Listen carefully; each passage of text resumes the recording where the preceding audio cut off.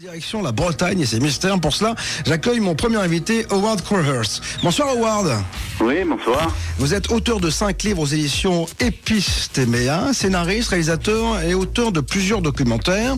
Je suis ravi de vous accueillir parce qu'on va ensemble, durant 7 heures jusqu'à 22 heures, essayer de comprendre tout ce que l'on peut trouver en Bretagne. Alors pour certains, ce sont juste des pierres. Pour d'autres, c'est bien plus que cela. Et d'ailleurs, vous avez essayé de les comprendre. C'est ce qu'on appelle les mégalithes. Alors est-ce que vous pouvez brièvement expliquer ce que sont des mégalithes? Oui, le terme, bonsoir déjà à tout le monde. Le terme mégalithe veut dire méga, ça veut dire grand, lithe, pierre, donc mégalithe, ça veut dire grosse pierre. Donc il s'agit de constructions qui sont apparues il y a 7000 ans peut-être au départ. Et qui sont construits avec des grosses pierres. C'est ça la définition. Alors à chaque fois qu'on parle de grosses pierres, on se demande toujours comment les gens de l'époque, sans les moyens de l'époque que l'on a aujourd'hui, en tout cas à l'époque, pouvaient-ils faire? Alors c'est ça qu'on va essayer de découvrir. Déjà, pourquoi vous vous êtes intéressé à cela? Quand je suis arrivé dans la région de Bretagne, donc j'ai découvert ces alignements, par exemple les alignements de Carnac, avec toutes ces pierres alignées les unes derrière les autres. Et en réalité, il n'y a pas d'explication qui est donnée pour ça. Il n'y a aucune version officielle du sens, du pourquoi de ça. Au départ, les gens pensaient que ces pierres étaient peut-être des pierres tombales, mais après qu'il y a eu des fouilles qui ont été faites tout le long de ces alignements, on a découvert qu'il n'y avait pas seulement pas d'ossements, mais aucune cavité. Et donc, vite, l'idée de cimetière ou autre chose a disparu. Et depuis, en réalité, il n'y a pas vraiment de suggestion. Et donc ça, l'idée qu'on soit en présence d'un monument qui est bien existant, qui est là, qui est solidement là, parce que c'est très important. Dans les alignements de Carnac, il y a plus de 3000 pierres dressées. Et donc, le fait qu'il y avait ce mystère, ça m'a beaucoup intrigué depuis le début. Voilà. Alors vous me dites que finalement on ne sait pas pourquoi elles sont là ces pierres. C'est ça la grande question. Parce que habituellement quand les anciens faisaient quelque chose, alors on va avoir le même problème pour les pyramides parce qu'on s'est aperçu finalement que c'était pas des tombeaux. Donc tout le monde suppute que c'était peut-être un message laissé par une ancienne civilisation, etc. Est-ce qu'on peut imaginer que ces pierres, ces 3000 pierres alignées à Carnac, mais il y en a aussi en Angleterre, du côté de Stonehenge je crois, c'est pas le seul site. On peut imaginer que c'est un message aussi? Alors, on peut supposer beaucoup de choses, oui, que ça soit une transmission, un message, c'est possible, que ça soit, comment on peut dire ça, une machine, que ça ait une fonction, que ça a été construit dans un but précis par des bâtisseurs, mais un but qui nous échappe, voilà, donc il y a différentes hypothèses possibles. En tout cas, que ça ait eu le but de transmettre ou pas, le fait de l'étudier permet quand même de comprendre, ne serait-ce qu'un peu, les intentions des personnes. Alors, je voudrais juste dire qu'on parle des 3000 pierres des alignements de Carnac, parce que c'est très connu, mais au fait, dans la région du Morbihan, le sud Morbihan, autour de Carnac, dans une zone qui fait environ 20 km en est-ouest et 10 km nord-sud, dans cette zone, on trouve des milliers de pierres dressées. On estime à 10 000 pierres dressées. On trouve des collines artificielles qu'on appelle des tumulus, qui sont pour certains des collines énormes. Le tumulus Saint-Michel, c'est construit et ça pèse 67 000 tonnes. On trouve des dolmens. Donc des dolmens sont des sortes de chambres qui sont construites avec des pierres qui sont dressées et puis d'autres pierres qui sont mises par-dessus pour faire un couloir et une chambre. Et là, dans le Morbihan Sud, il y en a plus de 220 monuments comme ça. Donc c'est une concentration de monuments incroyable. Mais peut-être le plus grand mystère de ça, c'est qui les a faits. Parce que en réalité, on ne trouve pas de traces d'habitation. Donc on n'a pas de traces de gens qui habitaient sur place à ce moment-là. D'accord. Donc on sait, les mégalithes sont bien là, ils sont partout. D'ailleurs, ils sont tellement partout que les gens font plus gaffe. Les gens qui habitent ici font plus tellement gaffe. C'est partie du paysage. Ils sont partout. Mais et puis certaines pierres sont très très grosses. À Lokmariaker, qui est à 10 km à l'est de Karnak, il y a un menhir qui aujourd'hui gît sur le sol en 4 morceaux, mais original, au début c'était vertical, et cette pierre pesait 300 tonnes. En plus, donc 20 mètres de haut, et toute la pierre était entièrement taillée. Donc elle a été extraite d'un morceau de pierre plus grand. Et en plus, cette pierre, ces grosses pierres sont faites dans une sorte de roche qui s'appelle l'orthogneiss. Je ne vais pas devenir trop technique, mais ce terme-là est important, l'orthogneiss. Pourquoi ? Parce que ce n'est pas une pierre locale. Donc c'est une pierre dont le gisement le plus proche se trouve à 12-15 km. Et donc la question qu'on se pose, c'est comment ces pierres ont-elles été transportées en plus ? Parce qu'à l'époque, on n'avait pas les moyens, on n'avait pas de camions. Non, on n'avait pas de camions, on n'avait rien en fait. On n'avait pas de route, on n'avait pas de... Voilà, normalement, on n'avait pas de grosses embarcations. Donc cette question du comment, évidemment, tout le monde se le pose. Alors il y a une autre question qui vient avec, c'est pourquoi ? Bien sûr, oui. Voilà. Et moi, je me suis plus orienté sur la question du pourquoi pour une simple raison, c'est que le comment, en réalité, on n'en sait rien. Il y a eu des hypothèses, beaucoup d'hypothèses. Il y a un monsieur pour qui j'ai de l'estime, s'appelle Jean-Pierre Mohen, qui est archéologue et qui a consacré sa vie à cette question. À un lieu qui s'appelle Bougon, près de Niort, il a créé un centre où on faisait couper les arbres avec des haches en pierre, on fabriquait des cordes avec des lianes en provenance de la nature, et puis on faisait des rondins de bois, on tirait des blocs jusqu'à 32 tonnes avec des cordes sur des rondins, sur du plat.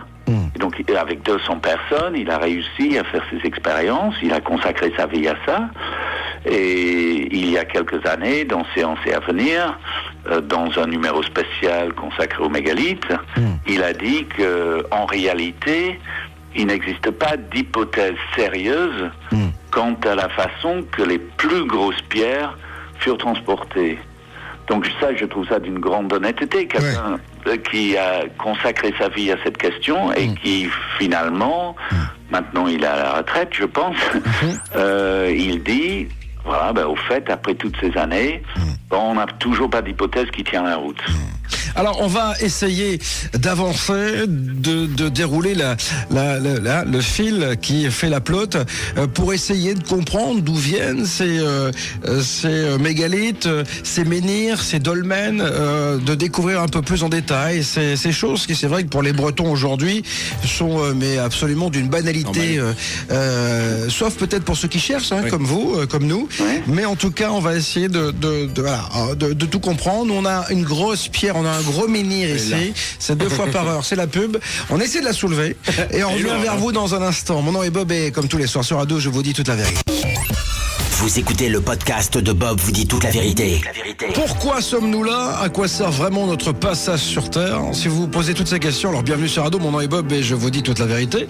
Et à 22h, Ludovic Chapier sera ici pour le dossier Abducté. Vous voulez poser des questions sur les enlèvements d'extraterrestres ? Elliot, les réseaux sociaux sont ouverts. Oui, ça se passe sur la page Facebook Bob vous dit toute la vérité sur Radio. Vous pouvez également user de mon mail bob@adofm.fr. Si on vous demande ce que vous écoutez le soir entre 21h et minuit, répondez Ado. Et Bob vous dit toute la vérité. Bienvenue en tout cas si vous arrivez.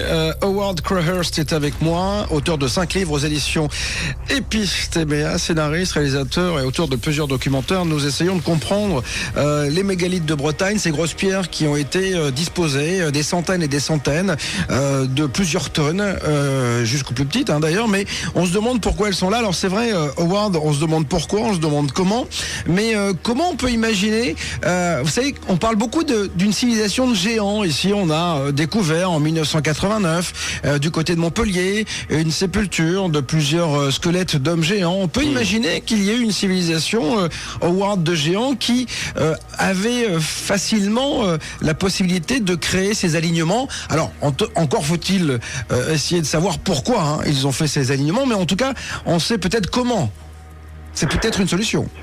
Oui, c'est-à-dire que devant l'absence d'éléments concrets, évidemment, après, on cherche à imaginer comment ça a pu être possible. Alors, il y avait une dame qui s'appelait... comment elle s'appelait, celle qui a fondé la théosophie, qui a écrit un bouquin qui s'appelait La doctrine secrète. Son nom m'échappe pour l'instant. H.P. Blavatsky, voilà, russe, qui a parlé, le premier, je crois, au 19e siècle, d'une race de géants qui aurait été présents sur Terre, qui aurait accompli des ouvrages énormes. Mais elle, son information, elle avait reçu plutôt de façon mystique. Et il n'y avait pas forcément d'éléments concrets. Là où j'ai un bâtiment ici, près de Carnac, où je fais des expositions, etc. Et autrefois, ce bâtiment était un musée au 19e siècle. Et dans ce musée, il y avait un squelette qui avait été trouvé dans les mégalithes, mais qui faisait 1m95. Donc, pas si géant que ça. Non, c'était pas si géant. Mais en Angleterre, effectivement, dans un tumulus qui s'appelait le Tertre du Géant, pas loin de Stonehenge, quand ça a été fouillé, on a trouvé le squelette d'un homme de 2m40. Oui, maintenant, 2m40, ça permet pas de soulever des pierres de 300 tonnes. C'est vrai, c'est vrai. Maintenant, quand on parle de géant, ça veut pas forcément dire géant physiquement. Ça peut être géant par l'esprit, des gens qui auraient développé des pouvoirs de l'esprit. Beaucoup de gens ici en Bretagne croient sérieusement que ces gens avaient la capacité, par le pouvoir de leur esprit, d'alléger les pierres et donc de pouvoir les transporter un peu par lévitation, par exemple. Mais il y a d'autres thèses. Le professeur Joseph Davidovits, qui était à l'université de Compiègne, au nord de Paris, lui, il soutient sérieusement l'hypothèse que ces pierres étaient reconstituées, que ce n'est pas des pierres de carrière qui auraient été extraites et transportées. Mais ça, c'est un peu aussi ce qu'on en quelque sorte sur place. C'est aussi un peu ce qu'on a dit pour les pyramides, c'est-à-dire qu'on a envisagé aussi la même chose. Davidovits avait effectivement fait des expériences sur les pyramides pour commencer. Il avait prélevé sur la Grande Pyramide sur 20 pierres qui se trouvaient côte à côte. Il avait fait des prélèvements sur ces 20 pierres. Il avait fait analyser dans un laboratoire. Et dans 3 de ces échantillons, il trouvait des cheveux humains à l'intérieur de la pierre. D'accord. En plus, l'analyse montrait des bulles d'air, voilà. Et donc, il était arrivé vraiment à la conclusion que c'était une certitude, que peut-être pas toutes les pierres, mais qu'une certaine partie des pierres des grandes pyramides avaient été coulées. Et que c'est comme ça qu'on expliquerait le fait qu'ils s'épousaient les unes à côté des autres de façon aussi régulière, parce qu'on aurait coulé une pierre contre une autre. Bien sûr, bien sûr. Voilà. Mais bon, c'est pour dire qu'il y a diverses hypothèses, mais pour l'instant, il n'y a pas de preuves concernant ces moyens de transport. Est-ce qu'il y a un autre endroit, parce que là on parle beaucoup de la Bretagne, on a retrouvé des menhirs ou des dolmens ailleurs qu'en Bretagne, en France, ou pas du tout? Oui. Alors, effectivement, autour de Carnac, c'est une grosse concentration de grands monuments, parce que c'est des très gros monuments et il y en a beaucoup. Maintenant, sur le reste de la Bretagne, il y en a quand même beaucoup, mais il y en a dans le monde entier, en fait. On trouve des mégalithes Et il y a même certains pays où on continue encore aujourd'hui à ériger des mégalithes, en Éthiopie ou au Sumatra par exemple. Il y a des communautés qui travaillent encore avec des grosses pierres. Mais on en trouve en Russie, on en trouve au Tibet, on trouve partout en fait. À Baalbek, il y a des pierres à Baalbek, Baalbek au Liban, et il y a des pierres là-bas qui pèsent plus de 1200 tonnes. Alors on va essayer de les découvrir, la différence entre les menhirs, les dolmens, les tumulus, le tumulus de Saint-Michel, etc. Mais il y a une question que je me pose, c'est-à-dire que quand on a fait par exemple un dossier sur la révélation des pyramides, on s'est aperçu, en tout cas l'une des théories, c'était de Jacques Grimaud et de Patrice Pouillard, c'était que finalement c'était peut-être une horloge, qu'il y avait un alignement de l'équateur penché, etc. Est-ce que l'alignement justement de ces mégalithes a une importance particulière? Est-ce qu'on a étudié cela? Oui, ça a été le sujet de mon travail depuis toutes ces années, parce que ça fait globalement 27 ans que j'habite ici et que j'étudie la question. Donc c'est une vraie casse-tête. Mais effectivement, moi ce que j'ai essayé de faire, c'est de regarder ce qui était là, plutôt que d'imaginer ou il y a des milliers de pierres, donc regardons. Et donc dans ces alignements, effectivement, au départ, c'était assez mystérieux. Et puis, mais il y a des gens qui ont travaillé là-dessus avant moi, et notamment le professeur Tom de l'université de Cambridge en Angleterre. Et lui, il avait découvert déjà la présence ou l'utilisation d'un triangle qu'on appelle le triangle 3-4-5, qui est un triangle avec un angle droit, et qui a un côté qui fait 3, l'autre qui fait 4, et le cinquième, ce qu'on appelle l'hypoténuse, qui est penché en quelque sorte, qui rejoint les deux bouts, qui fait 5 unités. Et ce qui apparaît, c'est que à la latitude de Karnak, 47,6 degrés nord, à cette latitude, le Soleil trace ce triangle à l'horizon au cours de l'année. D'accord. Donc, ce triangle était très connu des Égyptiens. On parle beaucoup de la grande pyramide, mais la pyramide à côté, la plus petite, Mykérinos, cette pyramide-là est construite avec le triangle 3-4-5. C'est exactement la forme et la pente de la pyramide, c'est la 3-4-5. Et les Égyptiens utilisaient le 3-4-5 partout. Hérodote disait qu'il trouvait que le 3-4-5 était la plus belle forme qui existait dans l'univers. Et à Karnak ici, en Bretagne, les monuments semblent être orientés en fonction de ce triangle 3-4-5 qui vise donc les positions extrêmes des levées et des couchers de soleil à des moments qu'on appelle des solstices, solstice d'été et solstice d'hiver, le jour le plus long, le jour le plus court.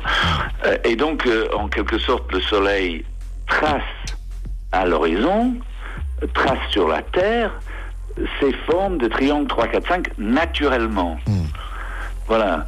Et ce fait-là, pour moi, je pense que c'est le choix du lieu. Je pense que les bâtisseurs, ou en tout cas les concepteurs, ont choisi cette latitude exprès pour y instaurer la première architecture monumentale au monde.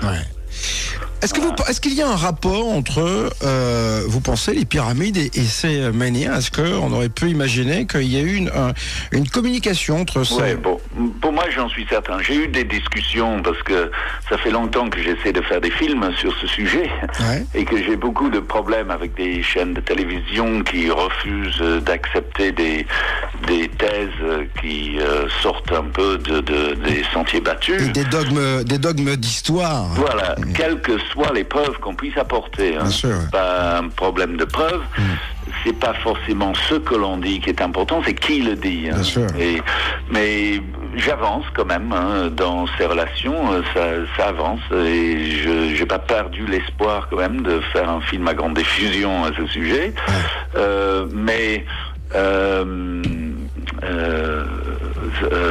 j'ai perdu le fil. Vous pensez vraiment, la question c'était, voilà, les pyramides et ces mégalithes. Oui. Voilà, peut-être une autoroute de communication, vous voyez ce que je veux dire?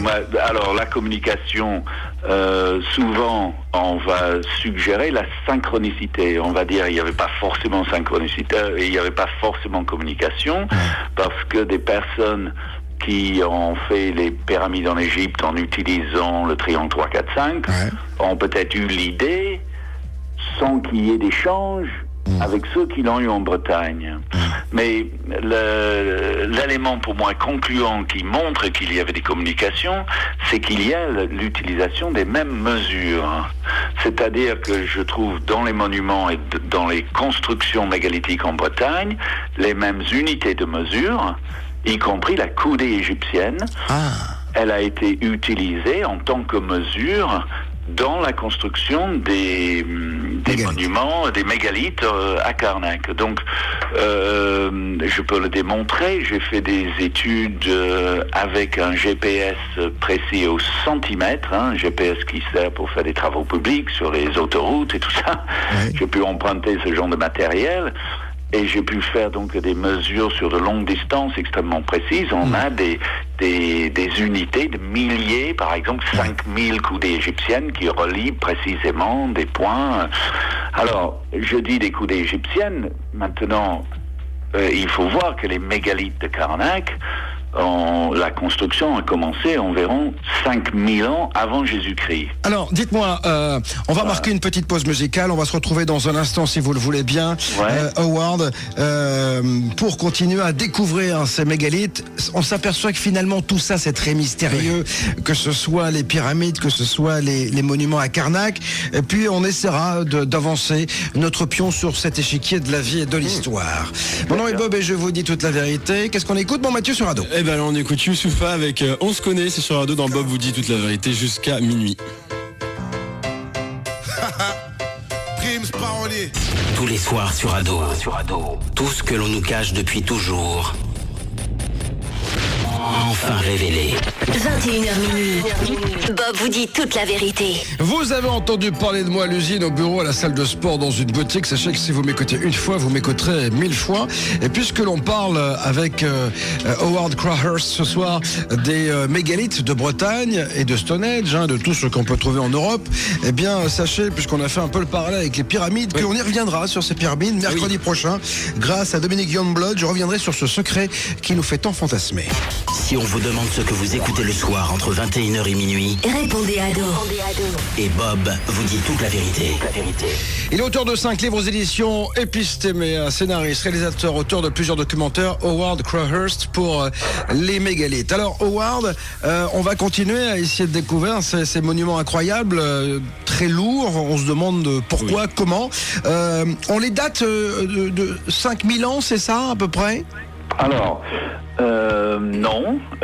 C'est-à-dire que les mégalithes de Karnak ont commencé dans les 5000 ans avant Jésus-Christ, donc il y a 7000 ans. D'accord. Des découvertes récentes ont démontré l'existence d'alignements sous la mer, au fait, dans la baie de Quiberon, qui est la baie qui se trouve au sud de Karnak. On a trouvé des pierres sur le fond. Par 5 à 6 mètres de fond. Donc si on imagine que les gens n'érigeaient pas des menhirs sous l'eau, ça veut dire que ces menhirs ont été érigés à un moment où la mer était retirée, enfin avant que la mer monte, parce que la mer est montée. On peut l'imaginer aussi à une période glaciaire. On n'est pas obligé de reculer aussi loin, mais par exemple, la baie de Quiberon devait être à sec il y a environ 8000 ans. D'accord. Et donc, l'ancienneté de ces alignements, le commencement de ces constructions mégalithiques, ne cesse de reculer. Depuis que moi je m'y intéresse, les dates reculent tout le temps. Chaque découverte finalement nous emmène à comprendre qu'ils étaient plus anciens que ce qu'on pensait. Alors vous savez, il y a Thomas sur la page Facebook qui dit: comment peut-on savoir de quand datent les mégalithes alors qu'il paraît qu'on ne peut pas dater la pierre? Non, effectivement, on peut pas. Donc, on peut pas dater la pierre elle-même. Maintenant, sous certains menhirs, par exemple, on va trouver du charbon de bois. Souvent, les bâtisseurs, quand ils faisaient leur trou pour mettre le menhir dedans, ils mettaient du charbon de bois dans le fond. Alors, pourquoi ils faisaient ça? C'est une autre question. Il y a beaucoup d'hypothèses. Mais quand le charbon de bois est dans le trou sous le menhir, on peut supposer que ça a été mis juste avant et donc on date ce charbon. Et le charbon de bois, à ce moment-là, peut nous livrer des dates assez précises. Ensuite, il y a dans certains monuments des restes d'animaux, des restes d'ossements d'animaux ou des éléments végétaux. On a même dit, Howard, qu'on avait retrouvé des poils de Yeti. Est-ce que c'est vrai ou pas? Ça, c'est la première fois que je l'entends parler. C'est ce que nos auditeurs nous disent. On a retrouvé, semble-t-il, des poils de Yeti dans ces pierres. Voilà. J'aimerais bien voir les échantillons. Des gros poils. Peut-être ils faisaient la brosse à dents avec. Oui. Voilà. Sait-on jamais. Voilà, donc voilà pour les dates. En tout cas, c'est très ancien. Maintenant, il y a eu la découverte il y a quelques années dans le sud-est de la Turquie d'un site qui s'appelle Göbekli Tepe. Je ne sais pas si vous en avez entendu parler Non, parce que au fait, ce site, on en parle beaucoup en Allemagne parce que c'est des archéologues allemands qui font des fouilles, mais en France, on entend rarement parler, alors que c'est un site qui bouleverse totalement toute la compréhension qu'on a pu avoir jusqu'à présent de la préhistoire de cette époque. Pourquoi? Parce que, au fait, à Göbekli Tepe, c'est un paysan du coin qui trouvait des pierres sculptées comme ça dans son champ de temps en temps, dans un endroit très reculé dans les montagnes. Donc il a été voir les archéologues, ils ont fini par venir voir, et ils ont découvert que ce qu'on pensait être le sommet naturel d'une montagne n'était pas naturel du tout, mais était un grand amas de pierres qui avait été posé là, 300 mètres de diamètre, avec une hauteur au milieu d'environ 15 mètres. Et quand ils ont commencé à fouiller au début de cette colline-là, de pierres, ils ont trouvé des datations de moins 8000, donc il y a 10 000 ans. D'accord. Sauf que quand ils ont rentré un peu dedans, ils ont découvert à l'intérieur des menhirs. Et des menhirs... pas des menhirs un peu bruts, mais des menhirs vraiment sculptés en forme de T. Alors, donc avec une barre au-dessus et une partie verticale. Howard, on va être obligé de marquer une petite pause pour retrouver notre deuxième menhir de cette première heure, la pub. On revient vers vous dans un instant pour continuer à découvrir ces ensembles de pierres, alignements, voilà, ces tas de pierres qui, lorsqu'on commence à s'y intéresser, nous apprendre beaucoup de choses, en tout cas, nous permettent de nous interroger. Mon nom est Bob et je vous dis toute la vérité, c'est Ado, rien que la vérité, toute la vérité, je dis, je le jure. 21h minuit sur Ado. Vous ne verrez plus le monde de la même façon. Bob vous dit toute la vérité. Bob vous dit toute la vérité. Et oui, pour la première fois en France, quelqu'un ose dire toute la vérité sur les phénomènes paranormaux, étranges, inexpliqués. Je vous demande d'ailleurs de relayer l'info, je sais que vous le faites très souvent, via vos Facebook ou vos Twitter. Dites bien autour de vous que cette émission existe, elle devrait être remboursée par la sécurité sociale. Et bien, tout à l'heure, du côté de 22h, c'est Ludovic Chapier qui sera à mes côtés pour parler de ce dossier incroyable qui vous passionne, celui des enlèvements par extraterrestres, celui des abductés. Pour passer à l'antenne. Appelez Bob au 3628 et dites Ado. Howard Crowhurst est avec moi pour parler de ces mégalithes. Nous étions, Howard, juste avant la pause, du côté de la Turquie, du côté du site Göbekli Tepe, c'est ça? Göbekli Tepe. Göbekli Tepe. Voilà. Alors, on y a trouvé donc un tas de pierres datant de 8000 ans avant Jésus-Christ, c'est ça? Voilà, c'est ça. Puis on a commencé à creuser dedans et une fois qu'on creusait vers l'intérieur, on a trouvé donc des menhirs, donc des pierres dressées en forme de T, avec une sorte de barre au-dessus. Et puis, ces menhirs avaient des sculptures en relief. D'accord. Donc ces pierres avaient été entièrement taillées dans des blocs plus grands, et des sculptures magnifiques d'animaux en 3 dimensions. Par exemple, il y a une sorte de salamandre qui grimpe le long du menhir, qui est en relief sur la chose. Et lorsque on est arrivé sur les pieds des mégalithes, on a fait de nouvelles datations. Et là, on a trouvé des datations de 9600 ans avant Jésus-Christ. Donc, il y a 11 600 ans. Et au fur et à mesure qu'on creuse dedans, on trouve des arrangements en cercle, de menhirs en cercle, comme ça. Jusqu'à présent, parce que les fouilles sont toujours en cours, on n'a pas encore atteint le centre, mais on arrive à des menhirs de plus de 4 mètres de haut, mais ils estiment que dans le centre, ils ont fait des tests avec infrarouge, etc. Ils pensent qu'il y a des menhirs jusqu'à 12 mètres de haut, au cœur de cette colline. Donc, globalement, il y a 11 600 ans environ, des gens ont construit un monument très important de plein de pierres dressées. Alors, on est sur le sommet d'une montagne. Donc, ces pierres ont été extraites dans la vallée et montées jusqu'à là-haut. Encore une fois, ça pose la question du comment. Hein. Voilà, alors la question du comment. Et puis, environ 1500 ans après, toute cette vaste ensemble a été entièrement recouvert, caché en quelque sorte, de la vue, par des petits cailloux. Et ce qu'il faut voir, c'est que tout cela est avant l'agriculture. Donc jusqu'à présent, la théorie était... les gens étaient nomades, ensuite ils se sont sédentarisés, donc ils ont fait des communautés pour faire de l'agriculture, et puis une fois qu'ils ont fait de l'agriculture, ils ont commencé à faire des monuments. Dans Age of Empires, c'est comme ça que c'est décrit. Et donc cette structure-là était très ancrée dans les idées. Sauf qu'avec la découverte de Göbekli Tepe, on est avant l'agriculture. Donc là, c'est quoi l'idée? C'est que des tribus de nomades devaient se rassembler de grands endroits, enfin de partout, se rassembler à un endroit pour ensemble créer des monuments. Alors pendant ce temps-là, il fallait les nourrir, alors qu'on est dans une zone désertique. Enfin... Oui, ça pose en fait le même problème que la fabrication des pyramides, en se disant l'infrastructure, en tout cas le côté administratif, le côté voilà, pour mettre en place toute une collectivité d'hommes et de femmes pour construire tout cela, c'est juste impensable. Voilà. Et surtout que à cette époque de Göbekli Tepe, il n'y a pas encore l'agriculture. Il n'y a pas de rassembler énormément de gens pour les nourrir. Manger. Bien sûr. Voilà.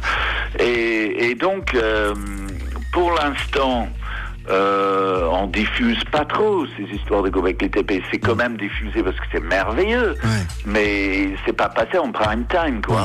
Les gens ne sont pas infusés de cette information. Mais Howard, pourquoi tout cela? Pourquoi ces mystères, encore une fois? Parce que vous savez, je reçois assez souvent Jacques Grimaud et Patrice Pouillard, qui sont respectivement les auteurs et réalisateurs du film La Révélation des Pyramides, qui en fait ont le même problème que vous avec l'histoire. Et là, c'est le dogme égyptologue. C'est-à-dire qu'on a la sensation qu'on veut pas nous donner une autre version que ce qu'on nous a mis dans les livres d'histoire, que ça ferait du mal de foutre à la poubelle tous les bouquins pour en réécrire d'autres avec une nouvelle histoire. Oui, mais c'est pas uniquement des bouquins qu'on foutrait à la poubelle, c'est des thèses. Vous comprenez bien ce que je veux dire. De gens passés. Et puis même la crédibilité de certaines personnalités aujourd'hui. Oui, c'est ça, voilà, mais ça dépend lesquels. Il y a certaines personnes qui seraient décrédibilisées et d'autres qui ont eu l'esprit plus ouvert, mais c'est vrai que le changement est très compliqué. Ça a été bien résumé dans un film documentaire que j'ai vu à la BBC, quand on parlait des travaux de ce professeur Tom, qui lui parlait de géométrie chez des hommes préhistoriques et d'astronomie, de géométrie, même de mesure. Et donc on avait interviewé un grand archéologue britannique pour savoir ce qu'il pensait de ça, parce que le professeur Tom était professeur d'ingénierie, donc il n'était pas archéologue. Et donc, ce professeur d'archéologie a dit, mais il y a des gens qui nous accusent d'avoir l'esprit fermé par rapport à ces sujets, mais ce n'est pas du tout le cas. Nous avons tout à fait l'esprit ouvert et toutes les nouvelles idées sur l'archéologie, nous sommes ouverts à les recevoir. Mais pour avoir des idées sur l'archéologie, il faut être archéologue. C'est ça. Sinon, vous n'êtes pas pris au sérieux. Donc, il exprimait parfaitement le paradoxe. Ouais. C'est que... Cela dit, Howard, il y a bien des archéologues qui ont voulu apporter un autre visage, en tout cas éclairer une autre facette de la découverte, qui ont été un petit peu bloqués. On leur a retiré leur budget. Le mécénat s'est arrêté. On a vu ça aussi très souvent quand même, hein. Oui, bien sûr. C'est pour ça, c'est mieux de ne pas être soumis à la contrainte financière lorsqu'on fait ce genre d'études. Ce qui n'est pas mon cas. Hein. Personne de l'État ne me paye pour ce que je fais. Donc, est-ce que vous avez imaginé, Howard, que ça pouvait être des lieux de sacrifice, par exemple Alors, ici, les gens l'imaginent. Hein. Il y a des tables qui s'appellent des tables de sacrifice, et d'ailleurs, on voit des sortes de canalisations où les choses pouvaient couler. Donc, on imagine c'est du sang qui coulait dans ces canalisations. Parce que quand on va, par exemple, sur des sites archéologiques en Turquie, on voit bien que il y a très longtemps, on avait déjà imaginé le tout à l'égout. C'est-à-dire que en France, on a été très long à se mettre à la propreté, hein. Mais dans beaucoup de pays, d'ailleurs, plus les pays étaient chauds, plus ils avaient compris qu'il fallait assainir les villes et les villages. Et donc l'eau était très importante. Donc les gens, les toilettes permettaient d'évacuer les excréments facilement, alors qu'en France, je me souviens avoir fait mes études à Fontainebleau, derrière au château, derrière l'escalier central, les gens allaient déposer leur petite crotte. Vous voyez ce que... Ah ben bien sûr. Ah oui, en France on était très sale, bien qu'on ait eu beaucoup de parfums. Et si on a inventé le parfum, c'est parce qu'on était très sale. Alors voilà, on s'aperçoit que ils avaient déjà à l'époque une intelligence que nous, même Français, on a eu du mal à avoir quand même, bien plus tard. Alors, comme je disais un peu plus tôt, le peuple mégalithique, en réalité, on n'en connaît pas grand-chose parce qu'on n'a pas d'habitation. Par exemple, la densité de population qui est estimée à l'époque, en Bretagne, est de 0,8 habitants par kilomètre carré. Donc c'est intéressant de voir qu'on préfère couper les gens en morceaux que les kilomètres, mais c'est 0,8 personnes par kilomètre carré. On estime ça à travers des restes qu'on trouve, etc. Alors que on estime avec des théories où on tirait de ces menhirs avec des cordes que le grand menhir de Locmariaker, il aurait fallu pour le tirer 3000 hommes. D'accord. Donc 3000 hommes, on estime une population globale, s'il y a 3000 hommes, de 10 000 personnes. On est en train de parler de toute la population de la Bretagne qui aurait été réunie pour tirer une pierre. Donc c'est impossible. Impossible, j'en sais rien. Ça demande une sacrée organisation. Voilà, vous imaginez l'organisation. Aujourd'hui, essayer de rassembler la population entière de la Bretagne pour faire quelque chose ensemble. Mais bon. Mais un autre élément, par exemple, qui est intéressant, c'est que dans des chambres souterraines, parce qu'ils construisent des collines artificielles avec des chambres, des cavités, des sortes de cryptes, des chambres dedans. Et dans ces chambres, on trouve des objets en provenance de très très loin. Par exemple, on trouve des haches en jadéite. Ce jadéite, c'est du jade, c'est bien sûr. Une pierre semi-précieuse verte. On en trouve quoi, dans les montagnes, ça a été, le gisement de ça a été trouvé dans les Alpes, à 2400 mètres d'altitude, à 1000 km de là. Et juste à côté de ces haches en jadéite, on trouve des haches en fibrolite, en dolorite, qui viennent d'Espagne. Alors, Howard, vous restez avec nous. En tout cas, je voudrais signaler à tous ceux qui viennent d'arriver que ce soir, c'est une soirée exceptionnelle. Jusqu'à 22h, on parle des mégalithes. Bob vous dit toute la vérité. 21h minuit sur Ado. Howard Crowhurst est avec nous. Howard, on voit bien que tout cela pose des questions. Des matériaux qui arrivent des quatre coins de la France, des monuments énormes tirés, semble-t-il, par 3000 personnes. Mais vous me disiez tout à l'heure, on n'a pas trouvé en fait d'habitat à côté de ces menhirs, de ces dolmens. Mais juste une question de novice, hein. Est-ce que c'était pas justement ça, l'habitat? Est-ce que les gens ne vivaient pas au pied de ces monuments? C'est juste une question, hein. Oui, mais non. C'est une question et les gens le pensent. Mais non, ils vivaient pas là puisque sinon on aurait trouvé justement des restes. Ce sont des zones qui ont été énormément fouillées, vous imaginez. Et donc c'est ça le mystère, c'est qu'on n'a pas trouvé de reste de quoi que ce soit. Alors on a trouvé des poteries sur une île, parce qu'il y a le golfe du Morbihan à proximité où il y a plus de 300 îles dans ce golfe. Et sur une de ces îles, on a qui s'appelle Erlanik, on a trouvé énormément de morceaux de poterie, à tel point que même, c'est une île, on peut pas y aller parce que c'est une sanctuaire des oiseaux. Enfin, moi j'ai eu l'occasion d'y aller lorsqu'on faisait des tournages avec la télévision, et en direct devant les caméras, je me suis penché par terre, j'ai ramassé un morceau de poterie du néolithique qui était carrément par terre. C'est complètement couvert de poterie, mais c'est une toute petite île. Et donc on se demande, mais qu'est-ce qui se passe? Comment ça se fait? On imagine des milliers de poteries qui existaient sur cette île, cette petite île. Alors que ailleurs on n'en trouve pas, comme s'il y avait une usine de fabrication. Alors là vous me tendez la perche. Vous savez, quand on a fait les pyramides aussi, on s'est aperçu que les Égyptiens faisaient des pots dans lesquels on mettait, semble-t-il, du miel ou des boissons, mais qui étaient faits presque. En fait, on s'est aperçu que si on n'avait pas de machine, on n'aurait pas pu les faire avec un petit burin. Vous voyez ce que je veux dire? Oui, en pierre, oui. Et est-ce que là aussi, lorsque on voit ces poteries de cette période-là, du côté de la Bretagne, est-ce qu'on peut imaginer que vous me parliez tout à l'heure de sculptures de salamandres, est-ce qu'on peut imaginer qu'il aurait fallu des machines pour faire cela, parce que l'homme avait ses limites à l'époque quand même? Oui, mais toujours la même question. On peut imaginer, maintenant, on n'a absolument aucun espèce d'élément. Donc, on n'a pas les mêmes types de poteries en pierre comme ce qui est trouvé en Égypte, où carrément ils ont creusé à l'intérieur et c'est en pierre massif. Donc là, ça pose vraiment des questions. On n'a pas ce genre de choses. Maintenant, il y a un monument qui s'appelle Gavrinis, où c'est des pierres en granit. Le granit, c'est très dur. Et toutes ces pierres dans ce monument sont entièrement gravées sur toute leur surface. Et ce sont des sortes de rainures qui sont très proches les uns des autres. C'est pareil d'un demi-centimètre. Aujourd'hui, on serait incapable de reproduire ça. D'ailleurs, personne n'a jamais essayé. Alors qu'on fait beaucoup de choses d'archéologie expérimentale, vous ne trouverez pas une seule reproduction ou tentative de reproduction d'une de ces pierres de Gavrinis qui sont faites avec une précision, alors que c'est dans une pierre très dure. Est-ce qu'on a balancé du son? Vous savez, le son est quelque chose qui nous permet d'avoir beaucoup de choses. Alors, avec tous ces emplacements de pierre, est-ce qu'on n'a pas essayé d'envoyer, des ultrasons, des choses comme ça, pour savoir comment ça pouvait nous revenir?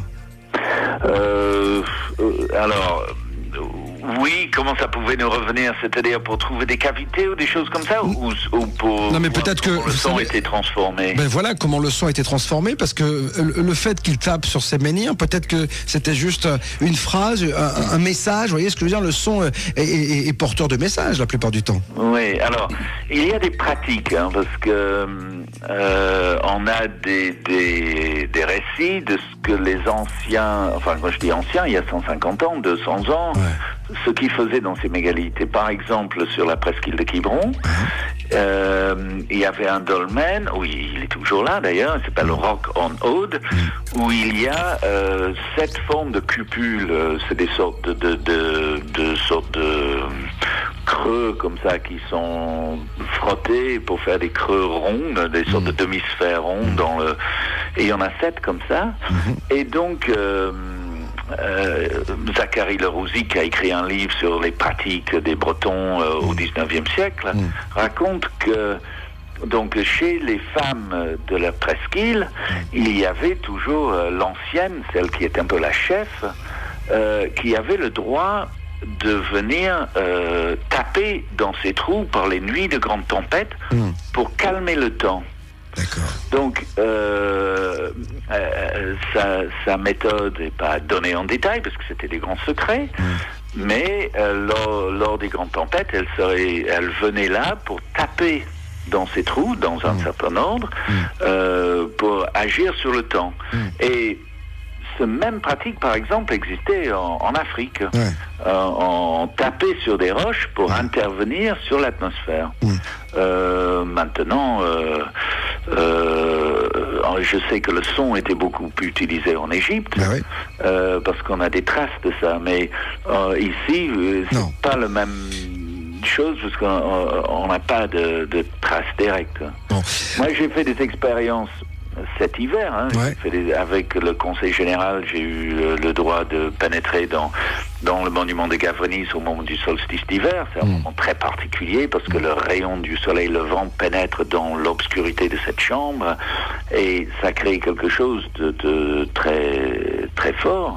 Et donc j'avais un scientifique russe avec moi qui dispose d'une sorte d'électrocardiogramme qu'on branche sur les poignets et qui permet de déterminer le niveau énergétique global de quelqu'un. C'est branché sur un ordinateur et tout ça. Donc on a installé tout ça dans la cabane et donc on testait des personnes avant leur passage dans cette chambre et après. Et l'ordinateur ne savait pas si c'était la même personne ou une autre. Bien sûr. Juste, il était branché. Et bien, systématiquement, on a enregistré une augmentation du ce qu'on peut appeler le niveau vibratoire, le niveau énergétique général de la personne. Systématiquement, après un quart d'heure dans cette chambre, on a remarqué une augmentation de la vitalité des gens. Donc ça, c'est quelque chose... c'est des toutes dernières expériences étaient faites au solstice d'hiver qui vient de passer. J'annonce ça sur la radio. Je pense que beaucoup de gens vont être très surpris. Non, mais on en revient toujours au même, les différents niveaux vibratoires, parce qu'on en a parlé encore hier avec la synchronicité, etc. C'est vrai que tout est question de vibration et de niveau vibratoire. Voilà. Donc là, encore une fois, je vois qu'on pourrait en parler des heures et des heures. Howard, malheureusement, on va être obligé de se quitter parce que c'est la règle, 1 heure, un sujet. Je pourrais juste dire un dernier mot. Bien sûr. En conclusion. Allez-y. Parce que ce que je voudrais dire globalement, c'est que ce qui est important, qui rentre dans l'état d'esprit des Français, c'est qu'autrefois, sur ce territoire de Bretagne, il existait une civilisation très développée, aussi développée que les Mayas ou les Sumériens ou les Égyptiens. Cette civilisation existait et il y a toutes les traces de cette civilisation. C'était sûrement à l'époque la capitale de l'Europe. Les gens devaient venir de partout pour venir là. Et aujourd'hui, les gens n'ont absolument pas conscience que cela existait. Incroyable. En tout cas, c'est là-dessus qu'on va s'arrêter. On en était un peu, on supputait, bien sûr, cette trace de cette civilisation. Mais en tout cas, vous avez bien fait d'enfoncer le clou. Je pense qu'on aura l'occasion de s'en parler avant la fin de la saison, Howard, parce que je sais que vous avez beaucoup de choses à dire. Je crois même qu'on va vous retrouver très prochainement pour le dossier des cathédrales. Pourquoi, comment, là encore une fois, où elles ont été fabriquées, construites, et pourquoi à tel endroit. Merci infiniment, puis je vous souhaite une belle soirée. Oui, merci beaucoup. Au revoir. À la prochaine alors.